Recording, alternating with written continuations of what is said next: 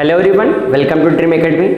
तो रिसेंटली हमने solution chapter में कंसंट्रेशन टर्म्स फिनिश किया है। आज हम देखने वाले हैं सॉल्युबिलिटी। सॉल्युबिलिटी के अंदर हम दो टॉपिक कवर करेंगे according to our syllabus. First topic होगा solubility of gas in liquid. Second topic हम देखेंगे solubility of solid in liquid. साथ ही हम इसी के अंदर हेनरी लॉ भी कवर करेंगे। तो आज का सेशन काफ़ी खास होने वाला है।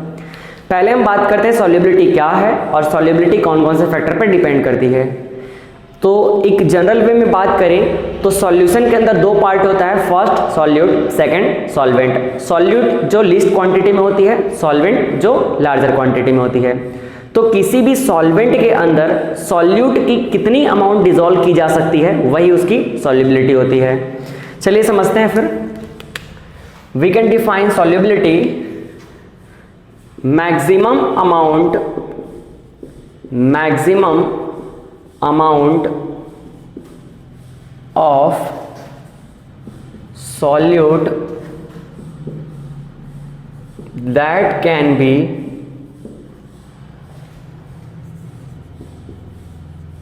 dissolved in specified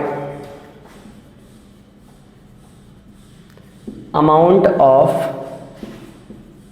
solvent at specified temperature। किसी पर्टिकुलर टेम्परेचर पे सॉल्वेंट के गिवन अमाउंट में सॉल्यूट की कितनी मैक्सिमम अमाउंट डिसॉल्व की जा सकती है, यही होती है सॉल्युबिलिटी। ठीक है, आप नोट्स का टेंशन मत लीजिएगा, या तो स्क्रीनशॉट ले सकते हैं आप जब कंप्लीट हो जाएगा बोर्ड पूरा तो, और दूसरा तरीका ये है जो डिस्क्रिप्शन बॉक्स है वहां पर एक नोट्स का लिंक गिवन है, वहां पर से जाकर के आप डाउनलोड कर सकते हैं। वहां वेल मैनर में अरेंज्ड आपको नोट्स मिल जाएगा। तो आपका पूरा फोकस सिर्फ समझने पे होना चाहिए। तो हमने समझा सॉल्युबिलिटी। अब हम देखते हैं ये सॉल्युबिलिटी कौन कौन से फैक्टर पे डिपेंड करती है। सो फैक्टर्स अफेक्टिंग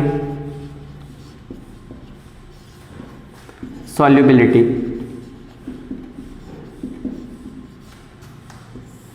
तो इन जनरल बात करें तो पहला फैक्टर जिस पे सॉल्युबिलिटी डिपेंड करेगी वो है nature of solute and solvent. तो जब हम नेचर की बात करते हैं तो सॉल्यूट और सॉल्वेंट के कौन से पार्ट पे फोकस करेंगे, पोलर और नॉन पोलर। हम बात करेंगे पोलर एंड नॉन पोलर की। तो सॉल्यूट या तो पोलर हो सकता है या नॉन पोलर हो सकता है, सॉल्वेंट या तो पोलर हो सकता है या नॉन पोलर हो सकता है। पोलर नॉन पोलर का मतलब आप समझते हैं। पोलर का मतलब ऐसे कंपाउंड जो अपने पोल में डिस्ट्रीब्यूट हो सकते हैं, जो अपनी पोलरिटी शो कर सकते हैं। नॉन पोलर का मतलब होता है जो अपनी पोलरिटी शो नहीं कर सकते। चलो आगे समझते हैं इसको हम अभी। तो अगर हम बात करें कि नेचर पे किस तरह से डिपेंड करेगा, तो पहला पॉइंट है इसका polar solute in polar solvent. अगर हम पोलर सॉल्यूट को पोलर सॉल्वेंट में डिसॉल्व करते हैं तो इसकी सॉल्युबिलिटी क्या होगी, हाई। क्यों होगी अभी समझेंगे हम आगे। सेकंड, अगर हम बात करें पोलर सॉल्यूट, चलो नॉन पोलर को पहले ले लेते हैं। Non polar solute in polar solvent, again इसकी सॉल्युबिलिटी क्या होगी, हाई होगी। तो दोनों की सॉल्युबिलिटी क्या होगी यहां पे, हाई। जब हम किसी पोलर सॉल्वेंट को पोलर सॉल्यूट को पोलर सॉल्वेंट पे डिसॉल्व करेंगे तो वो हाईली सॉल्युबिलिटी शो करेगी, यानी कि हाईली वे में डिसॉल्व हो जाएगा। अगर हम किसी नॉन पोलर सॉल्यूट को नॉन पोलर सॉल्वेंट पे डिसॉल्व करते हैं तो उसकी सॉल्युबिलिटी भी क्या होगी, हाई होगी। इन सभी को हम एग्जांपल से अच्छे तरीके से समझेंगे आगे। नेक्स्ट अगर हम बात करें, जस्ट अपोजिट कर दो। अगर हम पोलर सॉल्यूट को किसी नॉन पोलर सॉल्वेंट में डिसॉल्व करेंगे तो इसकी सॉल्युबिलिटी क्या होगी? इसकी सॉल्युबिलिटी होगी लो। सिमिलरली अगर हम किसी नॉन पोलर सॉल्यूट को किसी पोलर सॉल्वेंट में डिसॉल्व करेंगे, पोलर सॉल्वेंट में डिसॉल्व करेंगे तो अगेन इसकी सॉल्युबिलिटी भी क्या होगी? लो होगी। ठीक है, तो समझ आया, पोलर में अच्छे से डिसॉल्व होगा, नॉन पोलर में डिसॉल्व होगा। अगर हम बात करें नॉन पोलर को पोलर में डिसॉल्व करने की तो सॉल्युबिलिटी लो होगी, और पोलर को नॉन पोलर में डिसॉल्व करेंगे तो भी, नॉन पोलर को पोलर में डिसॉल्व करेंगे तो भी, दोनों कंडीशन में सॉल्युबिलिटी क्या होगी? लो होगी। ठीक है, तो ये तो डिपेंड किया किस पे? नेचर पे इस तरह से डिपेंड किया। एक छोटा सा हिंट देता हूं मैं समझाने के लिए, जिसको आगे डिस्कस करेंगे ही।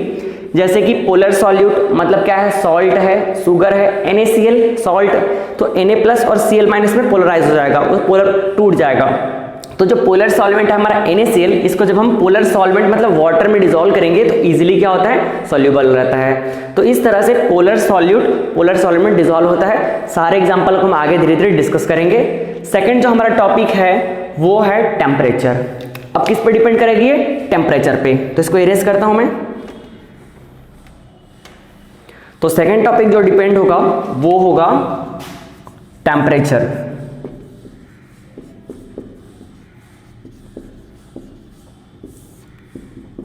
टेम्परेचर का मतलब क्या होता है? टेम्परेचर का मतलब होता है हीट से या एनर्जी से। तो किसी भी रिएक्शन में, यानी कि जब हम सॉल्यूट को सॉल्वेंट में डिसॉल्व करेंगे तो या तो एनर्जी रिलीज होगी या तो एनर्जी गेन होगी। तो जब एनर्जी रिलीज होगी तो वो रिएक्शन क्या कहलाएगा? एक्सोथर्मिक, और जब हीट गेन होगी तो क्या कहलाएगा? एंडोथर्मिक। तो हम बात करेंगे एक्सोथर्मिक और एंडोथर्मिक के कॉन्सेप्ट में। तो अगर जो भी हमारा रिएक्शन होगा वो क्या होगा? फर्स्ट अगर ये होता है एक्सोथर्मिक तो फॉर एक्सोथर्मिक रिएक्शन, अगर हमारा रिएक्शन एक्सोथर्मिक होता है तो जो सॉल्युबिलिटी है वो टेम्परेचर के इनवर्सली प्रोपोर्शनल होगी। इसको भी हम आगे समझेंगे जब हम solubility of gas in liquid की बात करेंगे, solubility of solid in liquid की बात करेंगे तो वहां अच्छे समझेंगे इनको। तो कोई भी जो टेम्परेचर है वो किस तरह से अफेक्ट करेगा? टेम्परेचर जितना ज्यादा होगा सॉल्युबिलिटी उतनी कम होगी, टेम्परेचर जितना कम होगा सॉल्युबिलिटी उतनी हाई होगी। तो इस तरह से कौन से रिएक्शन में? एक्सोथर्मिक रिएक्शन के लिए जहां पर हीट बाहर रिलीज हो रही है वहां के लिए टेम्परेचर और सॉल्युबिलिटी में रिलेशन इस तरह से होगा। सेकंड अगर हम बात करें, अगर हीट या एनर्जी गेन होती है तो क्या होगा? For endothermic. तो एंडोथर्मिक रिएक्शन में क्या होगा? एंडोथर्मिक रिएक्शन जहां पे एनर्जी गेन होगी तो इसकी जो सॉल्युबिलिटी है इसके डायरेक्टली प्रोपोर्शनल होगी। जितना ज़्यादा टेम्परेचर होगा उतना ही ज़्यादा सॉल्युबिलिटी होगी, और जितना कम टेम्परेचर होगा उतनी ही कम सॉल्युबिलिटी होगी। ठीक है, नेक्स्ट थर्ड हम बात करेंगे प्रेशर का इफेक्ट। तो थर्ड हमारा जो इफेक्ट है वो है प्रेशर का।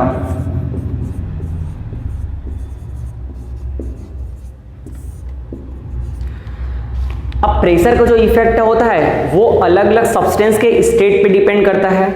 कितना कंप्रेस होगा ये डिपेंड करेगा उसके स्टेट पे। तो अगर हम कंप्रेसिबिलिटी का ऑर्डर लिखें तो order of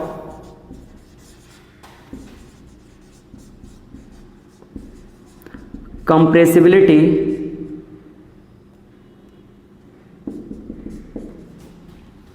order of compressibility, gas सबसे ज्यादा कंप्रेस होगा, उससे कम कंप्रेस होगा लिक्विड, और सॉलिड को तो लगभग हम कंप्रेस कर ही नहीं सकते। तो सबसे ज्यादा कंप्रेसिबिलिटी किसकी होगी? गैस की। गैस से कम होगा लिक्विड का, और सबसे कम होगा सॉलिड का। ठीक है, तो कॉमन सी बात है, गैस को हम ज़्यादा कंप्रेस कर सकते हैं तो उस पर प्रेशर का इफेक्ट ज़्यादा होगा। लिक्विड को कम कर सकते हैं, सॉलिड को और कम कर सकते हैं। तो जितना हम कंप्रेस कर पाएंगे मतलब प्रेशर का इफेक्ट उतना ज़्यादा हो रहा है और उतना ही अच्छा उसकी सॉल्युबिलिटी होगी। तो सॉल्युबिलिटी क्या होगी? डायरेक्टली डिपेंड करेगी प्रेशर पे। Solubility depends on pressure. जितना प्रेशर अप्लाई करेंगे उतना ही ज़्यादा सॉल्युबिलिटी इंक्रीज होगी। ठीक है, ये तो हमने जनरल टर्म से बात कर लिया कि सॉल्युबिलिटी किस तरह से अफेक्ट होती है। अब हम देखते हैं अलग अलग सॉल्यूट और सॉल्वेंट के लिए। तो पहला टॉपिक हमारा बनेगा solubility of gas in liquid. चलिए स्टार्ट करते हैं फर्स्ट टॉपिक को। तो अब हम देखते हैं हमारा फर्स्ट टॉपिक है जिसे मैं ए से रिप्रेजेंट कर देता हूं।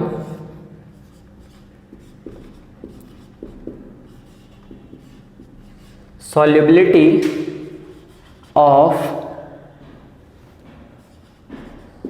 Gas in liquid.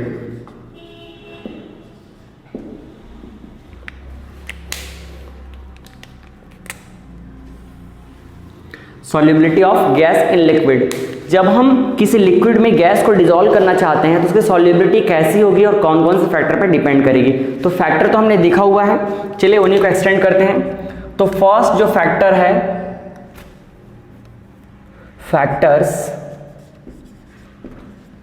First factor की हम बात करें तो है नेचर ऑफ गैस यानी कि solute and liquid means solvent.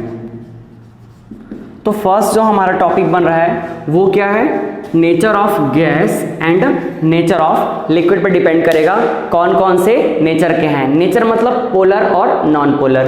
तो हमने इसके अंदर क्या समझा था कि पोलर में अच्छे से डिसॉल्व होगा, नॉन पोलर में अच्छे से डिसॉल्व होगा, अदरवाइज डिसॉल्व नहीं होगा। तो चलो उसी पॉइंट को डिस्कस करते हैं। तो फर्स्ट पॉइंट हमारा बन रहा है polar gas in polar solvent. तो सॉल्युबिलिटी क्या होगी, सॉल्युबिलिटी हाई। अगर हम पोलर गैस को पोलर सॉल्वेंट में मतलब पोलर लिक्विड में, सॉल्वेंट यहां पे क्या है, लिक्विड है, तो पोलर गैस को अगर हम पोलर लिक्विड में डिसॉल्व करते हैं तो उसकी सॉल्युबिलिटी हाई होगी। एग्जांपल समझते हैं। अगर हम पोलर गैस की बात करें तो पोलर गैस, एक एग्जांपल ले लेता हूं मैं, HCl। HCl क्या है, एक पोलर गैस है। अगर पोलर लिक्विड की बात करें तो सबसे बेस्ट एग्जांपल है वाटर क्या है, एक पोलर लिक्विड है। जब इन दोनों को हम मिक्स करते हैं तो ये आसानी से डिसॉल्व हो जाते हैं, इनकी सॉल्युबिलिटी हाई होती है। अब एक क्यों होती है, तो क्यों का रीजन समझते हैं। जब हम HCl की बात करते हैं तो HCl के बीच में एक कोवेलेंट बॉन्ड फॉर्म होता है जिसमें क्लोरीन की इलेक्ट्रोनेगेटिविटी हाई होती है, तो ये पार्शियल नेगेटिव चार्ज गेन करता है और ये पार्शियल पॉजिटिव चार्ज गेन करता है। और अगर हम वाटर की बात करें तो वाटर का स्ट्रक्चर इस तरह से होता है, इसमें हाइड्रोजन पे अगेन पार्शियल पॉजिटिव चार्ज, इस हाइड्रोजन पे पार्शियल पॉजिटिव चार्ज और ऑक्सीजन पे पार्शियल नेगेटिव चार्ज होगा। जब इन दोनों को आपस में मिक्स करते हैं तो क्या होता है, HCl का हाइड्रोजन ऑक्सीजन से एक बॉन्ड फॉर्म कर लेगा और हाइड्रोजन और ऑक्सीजन के बीच में बनने वाला बॉन्ड क्या कहलाएगा, हाइड्रोजन बॉन्ड, जो कि कंपैरेटिवली स्ट्रॉन्ग बॉन्ड होता है। सिमिलरली यहाँ पर जो हाइड्रोक्लोरिक एसिड का क्लोरीन है ये वाटर के ऑक्सीजन से बॉन्डिंग फॉर्म कर लेगा। इस तरह से एक दूसरे के एटम से अच्छे तरीके से बॉन्डिंग करके एक दूसरे में मिक्स हो जाते हैं, इसी वजह से सॉल्युबिलिटी क्या होती है, हाई होती है। तो ये इसका रीजन, इन्हीं बॉन्डिंग की वजह से इनकी सॉल्युबिलिटी हाई होती है। तो इसको नोट कर लीजिए आप, इसको इरेज करता हूं मैं। अब हम सेकंड टॉपिक अगर डिस्कस करें तो सेकंड टॉपिक बनता है यहाँ पे non polar gas in polar solvent और you can say polar liquid. तो जब किसी नॉन पोलर गैस को पोलर लिक्विड में डिसॉल्व करेंगे तो इसकी जो सॉल्युबिलिटी है ये क्या होगी, लो होगी, सॉल्युबिलिटी लो होगी। ठीक है, ऐसा क्यों होगा, क्योंकि जो अभी पोलर में बॉन्डिंग बन रही थी वो बॉन्डिंग यहाँ पे नहीं बन पाएगी। नॉन पोलर गैस के कुछ एग्जांपल्स ले लेते हैं, जैसे कि N2, H2 gas, O2 gas, helium gas, ये सारे गैस क्या है, नॉन पोलर गैस है। इनमें इस तरह से पोल जनरेट नहीं होगा। और पोलर लिक्विड तो हमको पता ही है, वाटर। तो जब इन गैस को हम वाटर में डिसॉल्व करना चाहेंगे तो ये अच्छे से सॉल्युबल नहीं होंगे, इनकी सॉल्युबिलिटी लो होगी। ऐसा क्यों? लेट सपोज मैंने नाइट्रोजन को ले लिया, तो नाइट्रोजन के बीच में एक ट्रिपल बॉन्ड फॉर्म होता है, आपको पता है। तो यहाँ पर दोनों की इलेक्ट्रोनेगेटिविटी सेम है, दोनों तो नाइट्रोजन ही है, तो यहाँ पर कोई पोल जनरेट नहीं होगा, और पोल जनरेट ना होने की वजह से ये वाटर में जाकर के कंबाइन नहीं हो पाएंगे। ठीक है, तो इस तरह से हमने समझा nature of gas and nature of liquid पे किस तरह से डिपेंड करेगी इन दोनों की सॉल्युबिलिटी। इसके अलावा अगर हम बात करें तो किसी नॉन पोलर गैस को नॉन पोलर लिक्विड जैसे कि बेंजीन है, कार्बन टेट्राक्लोराइड है, इसमें डिसॉल्व करें तो अगेन सॉल्युबिलिटी क्या होगी? हाई होगी। और इसके अपोजिट जस्ट अगर हम बात करें किसी पोलर गैस को नॉन पोलर लिक्विड मतलब बेंजीन वगैरह में डिसॉल्व करेंगे तो भी उसकी सॉल्युबिलिटी क्या है? लो होगी, वो डिसॉल्व नहीं होगा। तो कॉन्सेप्ट याद रखिए, पोलर में डिसॉल्व, नॉन पोलर में डिसॉल्व, अदरवाइज डिसॉल्व नहीं होगा। अब हम बात करेंगे सेकंड टॉपिक, सेकंड जो फैक्टर है हमारा वो है टेम्परेचर। चलो इसको इरेज करूं मैं। तो सेकंड फैक्टर टेम्परेचर होगा जिस पे सॉल्युबिलिटी डिपेंड करेगी।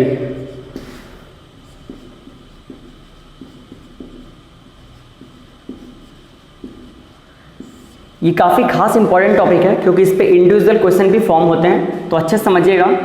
टेम्परेचर का जो कॉन्सेप्ट होता है वो होता है हीट या एनर्जी गेन हो रही है या रिलीज हो रही है, मतलब रिएक्शन एक्सोथर्मिक होगा या फिर एंडोथर्मिक होगा। तो अगर हम बात करें जब किसी गैस को लिक्विड में डिसॉल्व किया जाता है तो वो किस टाइप का सॉल्यूशन फॉर्म करेंगे? वो फॉर्म करते हैं लिक्विड सॉल्यूशन। ठीक है, लिक्विड सॉल्यूशन, क्योंकि सॉल्यूशन डिपेंड करता है सॉल्वेंट के स्टेट पे। सॉल्वेंट हमारा लिक्विड है जो कि हायर क्वांटिटी में है, तो सॉल्यूशन भी क्या फॉर्म होगा? लिक्विड होगा। अब जब हम किसी गैस को लिक्विड में डिसॉल्व करेंगे तो सॉल्यूशन क्या बनेगा? लिक्विड। इतनी बात क्लियर है, लेकिन यहाँ पे हीट गेन होगी या फिर हीट रिलीज होगी, ये बात आती है। तो समझिएगा, कोई गैस लिक्विड में कब डिसॉल्व होगा? कोई गैस किसी लिक्विड में तब डिसॉल्व होगा जब ये भी इसी के फेज में आ जाएगा। सेम फेज में आने पर ही उनमें क्या होगा? सॉल्युबिलिटी की प्रॉपर्टी आएगी, सेम फेज में आकर के ही वो दोनों एक दूसरे में डिसॉल्व होंगे। तो गैस तब डिसॉल्व होगा जब ये भी क्या हो जाएगा? लिक्विफाई होगा। जब गैस लिक्विड में कन्वर्ट हो जाएगा तब ये जाके इस लिक्विड में मिक्स हो जाएगा। तो गैस लिक्विड कब बनेगा? गैस कब लिक्विफाई हुआ? गैस के मॉलिक्यूल्स की काइनेटिक एनर्जी काफी ज्यादा होती है जिसकी वजह से ये रैंडम मोशन करते रहते हैं। तो गैस को अगर लिक्विड में कन्वर्ट होना है तो उसे अपनी काइनेटिक एनर्जी को रिड्यूस करना पड़ेगा, और काइनेटिक एनर्जी को रिड्यूस करने का मतलब है उसे अपने हीट को रिलीज करना पड़ेगा। जब गैस अपने हीट को रिलीज कर देगा तब वो क्या हो जाएगा? उसके मॉलिक्यूल पास आ जाएंगे, और पास आने का मतलब है वो लिक्विफाई हो गया। तो इस प्रोसेस में हुआ क्या? गैस ने लिक्विड में कन्वर्ट होने के लिए अपनी एनर्जी को रिलीज किया है, और जब एनर्जी को रिलीज कर रहा है तो यहां पर का जो रिएक्शन होगा वो कैसा रिएक्शन होगा? एक्सोथर्मिक होगा। क्लियर है? और एक्सोथर्मिक अगर ये रिएक्शन है तो एक्सोथर्मिक रिएक्शन में क्या होता है? हमको पता है for exothermic reaction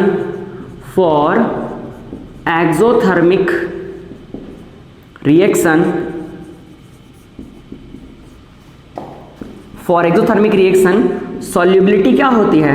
solubility is inversely proportional to temperature. जितना हम टेम्परेचर इंक्रीज करेंगे उतना ही सॉल्युबिलिटी कम हो जाएगा, और जितना टेम्परेचर रिड्यूस करेंगे उतना सॉल्युबिलिटी क्या है? बढ़ जाएगा। ये तो हमने कॉन्सेप्चुअल वे में समझ लिया कि गैस लिक्विड में डिसॉल्व होगा तो हीट रिलीज करेगा, मतलब एक्सोथर्मिक रिएक्शन होगा, और एक्सोथर्मिक रिएक्शन में क्या होता है? सॉल्युबिलिटी टेम्परेचर के इनवर्सली प्रोपोर्शनल होगा। जितना हम टेम्परेचर को लो करेंगे उतनी सॉल्युबिलिटी हाई होगी। अब इसको हम लॉजिकली समझते हैं एकदम हमारे लैंग्वेज में। ठीक है, समझिएगा, अगर कोई गैस लिक्विड में डिसॉल्व होना चाहता है और हमने उसका टेम्परेचर हाई कर दिया है, अगर हमने टेम्परेचर हाई कर दिया है तो क्या होगा? टेम्परेचर हाई होगा तो गैस के मॉलिक्यूल को और काइनेटिक एनर्जी मिल जाएगी, और वो और गैसियस फॉर्म में रैंडम मोशन करने लगेंगे। मतलब इनका सॉल्यूबल होना बिल्कुल क्या होगा? बिल्कुल इम्पॉसिबल हो जाएगा। साथ ही जब टेम्परेचर हाई करेंगे तो लिक्विड के मॉलिक्यूल भी क्या होंगे, काइनेटिक एनर्जी गेन करेंगे और ये भी गैस फॉर्म में कन्वर्ट होने की कोशिश करेंगे, ये भी वेपराइज होने की कोशिश करेंगे।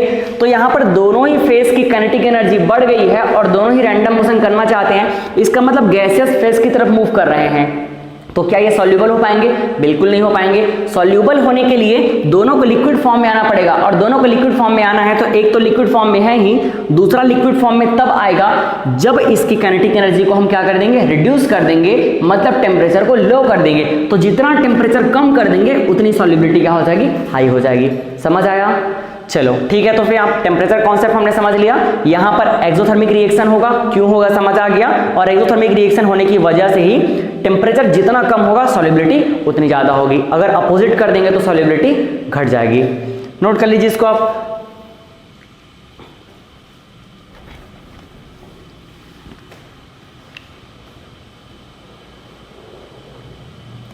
अब जो हमारा थर्ड फैक्टर है, जो कि वेरी इंपॉर्टेंट फैक्टर है, वो है प्रेशर। थर्ड डिपेंड करेगा ये प्रेशर पे। तो प्रेशर पे किस तरह से डिपेंड करेगा? हम किसी गैस को लिक्विड में डिसॉल्व करना चाहते हैं। ये देखिए, ये हमने ले लिया लिक्विड,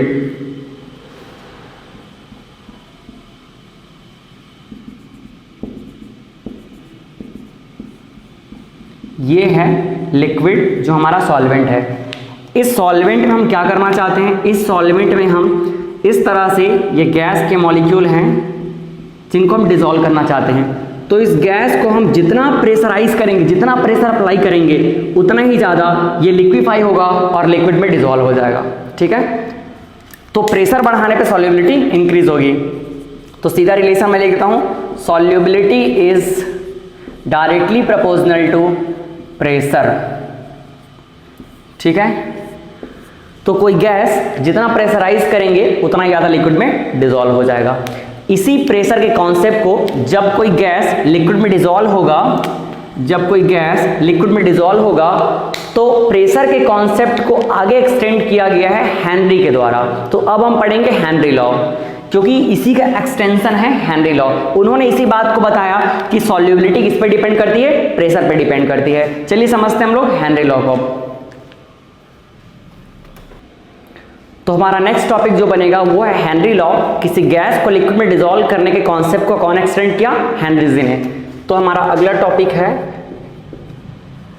हेनरीज लॉ।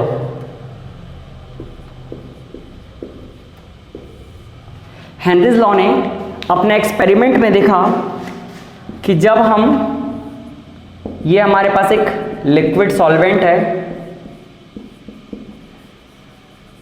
इस लिक्विड सॉल्वेंट में जब हम किसी गैस को डिसॉल्व करना चाहते हैं, ये कोई गैस है,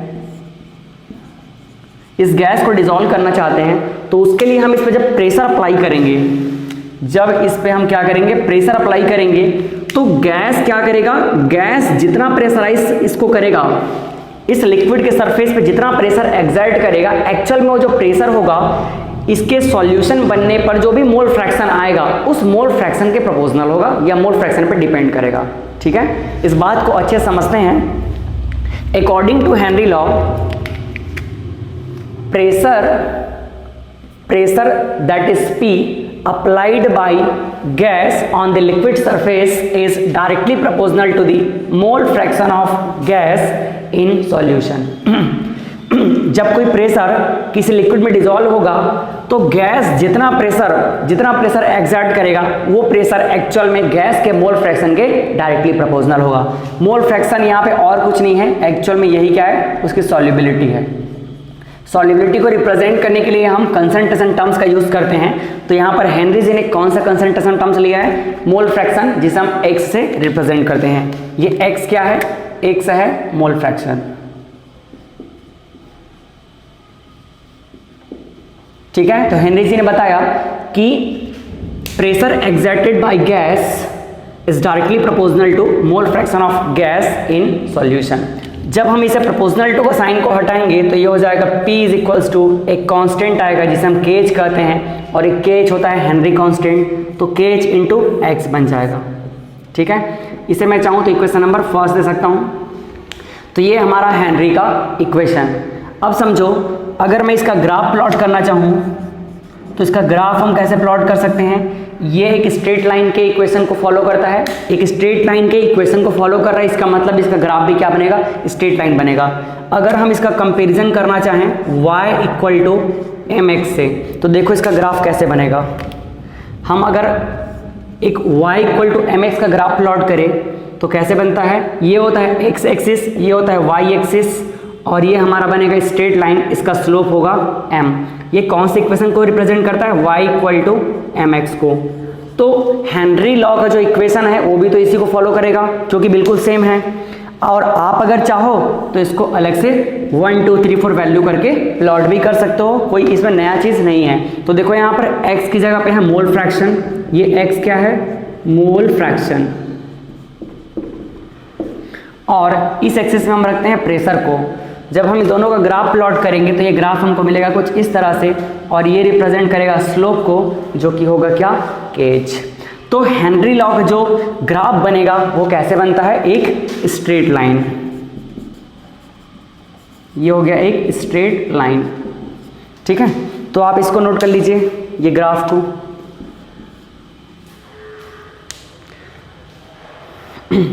नेक्स्ट अब हम देखने वाले हैं ये जो केज है हेनरी कांस्टेंट, इसका टेम्परेचर से किस तरह से रिलेशन है।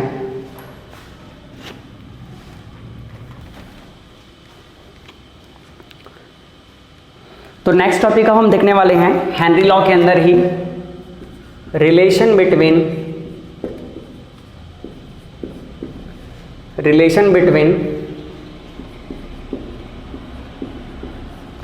Henry constant, that is kh,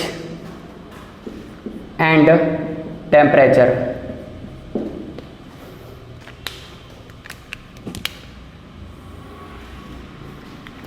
तो फर्स्ट हम बात करेंगे अकॉर्डिंग टू हेनरी लॉ।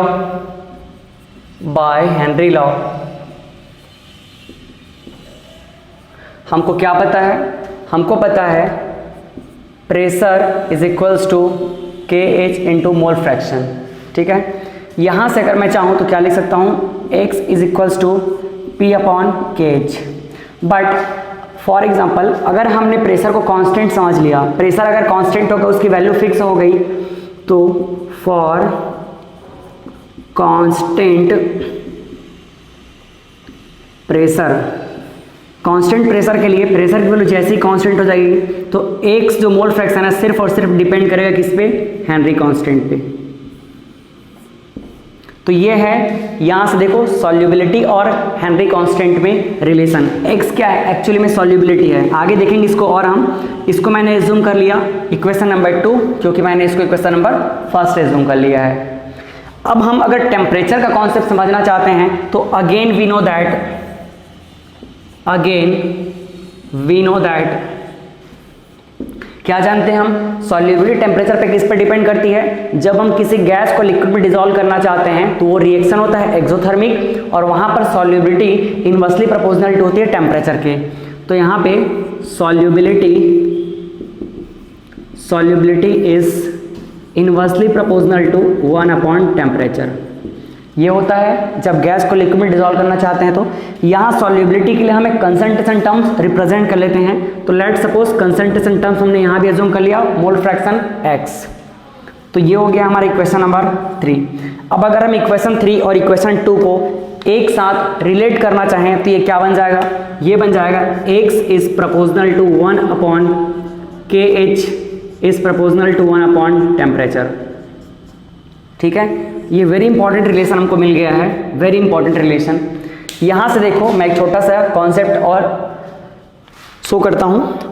यहाँ से अगर मैं इन दोनों को इक्वेट करूँ तो ये क्या हो जाएगा, ये हो जाएगा 1 upon K H is proportional to 1 upon temperature. Clear है इतना। इसको अगर मैं रिवर्स कर दूँ तो क्या हो जाएगा, K H is proportional to temperature. ठीक, मतलब टेम्परेचर और हेनरी कांस्टेंट दोनों क्या होंगे, इक्विवेलेंट होंगे। जितना टेम्परेचर इंक्रीज होगा हेनरी कांस्टेंट भी उतना इंक्रीज होगा, टेम्परेचर रिड्यूस होगा हेनरी कांस्टेंट भी रिड्यूस होगा। तो यहाँ से क्या हम इसको सॉल्युबिलिटी से रिलेट कर सकते हैं, बिल्कुल कर सकते हैं। हमने यहाँ से देखा टेम्परेचर जितना इंक्रीज होगा, x का मतलब यहाँ पे क्या है, x एक्चुअल में क्या है, x है यहाँ पे सॉल्युबिलिटी, क्योंकि सॉल्युबिलिटी को कौन डिफाइन करता है, सॉल्युबिलिटी को डिफाइन करते हैं कंसंट्रेशन टर्म्स। तो यहाँ पर x क्या है, मोल फ्रैक्शन। तो जितना टेम्परेचर इंक्रीज होगा सॉल्युबिलिटी उतनी डिक्रीज होगी, जितना टेम्परेचर डिक्रीज होगा सॉल्युबिलिटी उतनी इंक्रीज होगी। सिमिलरली अगर हम हेनरी कांस्टेंट के टर्म से बात करें तो KH की वैल्यू जितनी डिक्रीज होगी, KH की वैल्यू जितनी डिक्रीज होगी उतना ही वैल्यू सॉल्युबिलिटी का इंक्रीज होगा। समझ आया? तो यहाँ से अगर हम सॉल्युबिलिटी के टर्म्स में रिलेशन देखना चाहें तो ये एक और रिलेशन बन जाएगा, solubility is inversely proportional to KH। Henry constant जितना रिड्यूस होगा उतना ही ज़्यादा सॉल्युबिलिटी इंक्रीज होगा। तो ये एक और फैक्ट हमको मिल गया। ये सारे फैक्ट ऐसे हैं जिन पे डायरेक्टली ही MCQ क्वेश्चन बनते हैं कंपटीशन एग्जाम में, तो आपको इन सबको क्लियर करके चलना है। ये हमने रिलेशन जो है यहाँ तक कंप्लीट कर लिया, KH और टेम्परेचर में रिलेशन है। ठीक है, चलो इसको नोट कर लो आप।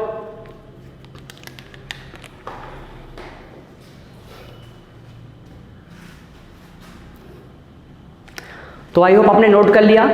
अभी हमने हमारा पहला टॉपिक कंप्लीट कर लिया, solubility of gas in liquid. अब हम देखने वाले हैं solubility of solid in liquid.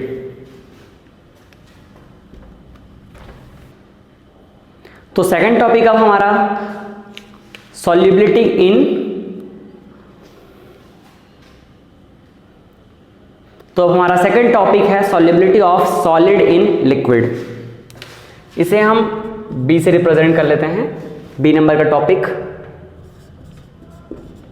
Solubility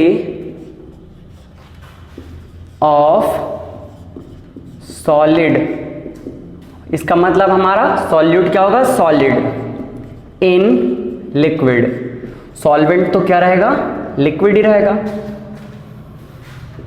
solubility of solid in liquid, तो अगेन वही सारे फैक्टर होंगे जो इसके सॉल्युबिलिटी को डिपेंड करेंगे। तो फैक्टर देखते हैं, फैक्टर्स। फर्स्ट जो फैक्टर हमारा बनने वाला है, फर्स्ट फैक्टर है नेचर ऑफ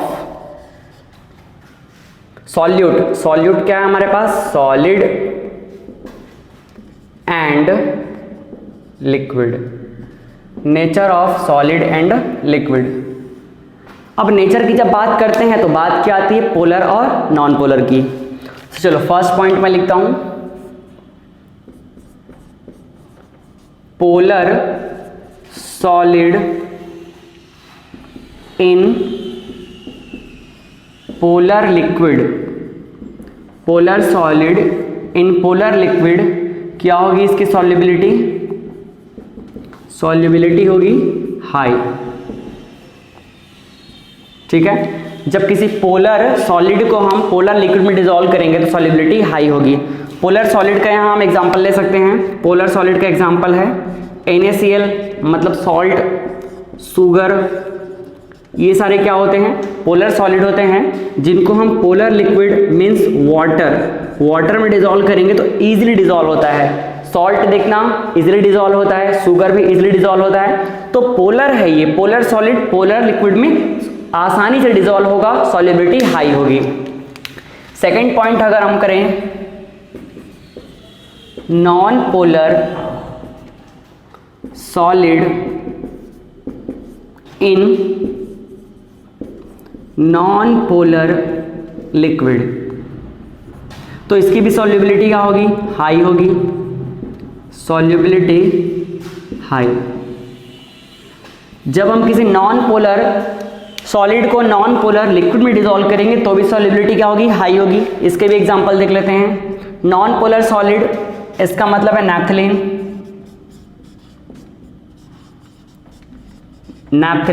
एंथ्रासीन,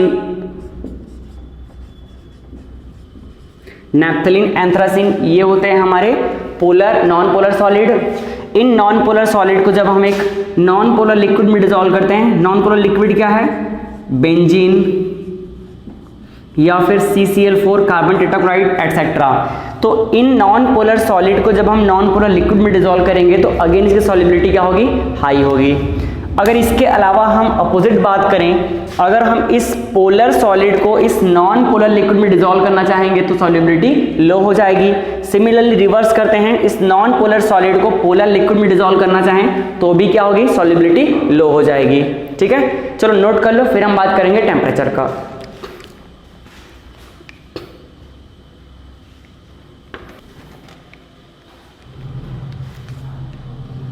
तो सेकंड फैक्टर जिस पे डिपेंड करेगा सॉल्युबिलिटी वो है टेम्परेचर।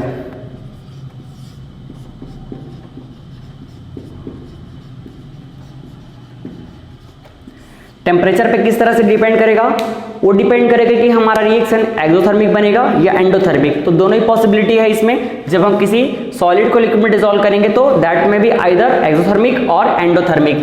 तो अगर ये हमारा रिएक्शन क्या हुआ, एक्सोथर्मिक, for exothermic reaction, अगर ये हमारा रिएक्शन एक्सोथर्मिक हुआ तो सॉल्युबिलिटी टेम्परेचर के इनवर्सली प्रोपोर्शनल होगी। Solubility is inversely proportional to temperature. और अगर हमारा रिएक्शन क्या हुआ, endothermic, so for endothermic reaction, इसका मतलब अगर रिएक्शन में हीट गेन हो रही है या एनर्जी गेन हो रही है तो उसकी जो सॉल्युबिलिटी है वो टेम्परेचर के डायरेक्टली प्रोपोर्शनल होगी। मतलब टेम्परेचर इंक्रीज करने पे सॉल्युबिलिटी इंक्रीज होगी, टेम्परेचर डिक्रीज करने पे सॉल्युबिलिटी डिक्रीज होगी। इस तरह से टेम्परेचर पे डिपेंड करेगा solubility of solid in liquid. Third अगर हम बात करें यहीं पे प्रेशर की बात कर लेते हैं, तो थर्ड हमारा जो फैक्टर बनेगा प्रेशर।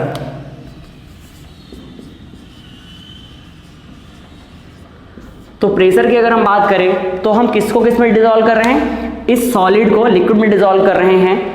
तो दोनों के दोनों सॉलिड और लिक्विड ऑलमोस्ट इनकम्प्रेसिबल होते हैं। इनकम्प्रेसिबल होने की वजह से इन पे प्रेशर का कोई खास इफेक्ट नहीं पड़ता है। तो जब हम इसमें प्रेशर अप्लाई करते हैं तो there is no significant effect. So no significant effect of pressure on solubility. जब हमने गैस को लिक्विड में डिसॉल्व किया था तब हमने देखा था जितना प्रेशर अप्लाई करेंगे उतना ही ज़्यादा सॉल्युबिलिटी होगा। बट यहाँ पे सॉलिड को लिक्विड में डिसॉल्व करना है तो सॉलिड ऑलमोस्ट क्या होता है, इनकम्प्रेसिबल, उसको कंप्रेस करना पॉसिबल नहीं है, इसीलिए प्रेशर का कोई खास इफेक्ट नहीं पड़ता है। तो ये हमने सॉल्युबिलिटी टॉपिक को कवर कर लिया। अब हम नेक्स्ट टॉपिक देखेंगे आगे जो हमारा वेपर प्रेशर होगा, फिर हम राउल्ट्स लॉ की तरफ आगे बढ़ेंगे। तो चलिए फिर आप नोट्स के लिए क्या कीजिए, डिस्क्रिप्शन बॉक्स में जाइए और वहां पर लिंक गिवन है, उस लिंक में से आप नोट्स डाउनलोड कीजिए ताकि आपको नोट्स बनाने में हेल्प मिले। वैसे जितना मैंने पढ़ाया है वो भी सफिशिएंट है, जितना भी अच्छे तरीके से आप इसको नोट्स बनाएंगे आपको पढ़ने में आसानी होगी। तो नोट कर लीजिए इसको भी।